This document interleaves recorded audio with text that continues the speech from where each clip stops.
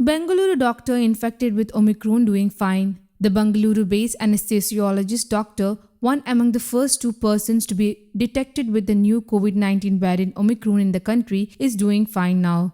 His primary contacts are his wife, an ophthalmologist, daughter, and another doctor who is also an ophthalmologist are also recovering well according to sources in the health department, reports IANS. The doctor is now under isolation and observation at the designated hospital. His wife and daughter are also being treated there. An entire floor of the designated hospital has been reserved for the treatment of Omicron variant infected as well as suspected cases. Presently, 6 persons are being treated and kept under observation here. Sources in the hospital explain that as many as 60 beds are reserved to deal with any eventuality. The staff who are attending them have been advised not to visit any other wards or roam around in the premises of the hospital. "We are all friends," the doctor affected by Omicron says he is absolutely fine. "We speak to each other and talk among ourselves with that the virus is just like earlier COVID infection. The primary contacts are also doing fine without any complications.